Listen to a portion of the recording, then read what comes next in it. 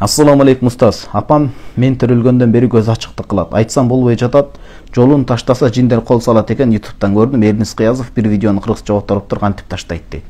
Эми ал видеону которгондо сиздин сурооңузга жооп эмес, ал жалпылай которулуп кете берет. Жиндер кол салышы мүмкүн, бирок кол салат экен деп эле арамды кыла бериш керекпи? Жок. Жиндер өзү имам Жалалдин Суутийдин Лактул Маржан фи Ахкамил Жан деген китеби бар. Имам Бадруддин Шибли чоң алымдын, Ханафи алымдагы Ахкамул Маржан фи Ахкамил Жан китеби бар.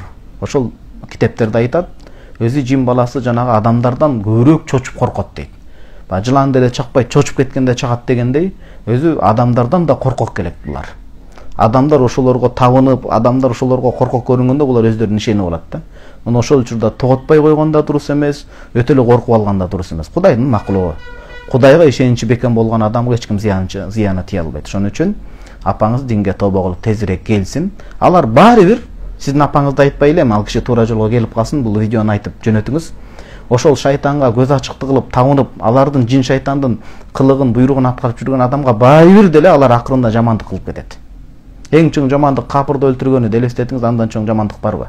Эң чоң зыян бул, акыретин күйгүзөт. Ошон үчүн тобо кылып, жыйыштырып, туура жолго айтып, намазга бекем болуп, Аятул Курси, Фалак, Насты бекем окусун, эч ким зыян тийгизе албайт. Кудай Таалага болгон ишеничин бекемдеп тобокел кылсын. Анткени ал бир макулук жаратылган, жаратуучу Алла бар. Бардык нерсе Алланын зыянысыз, ызын уруксат эч ким зыянын тийгизе албайт таасирин. Тобого кайтсын.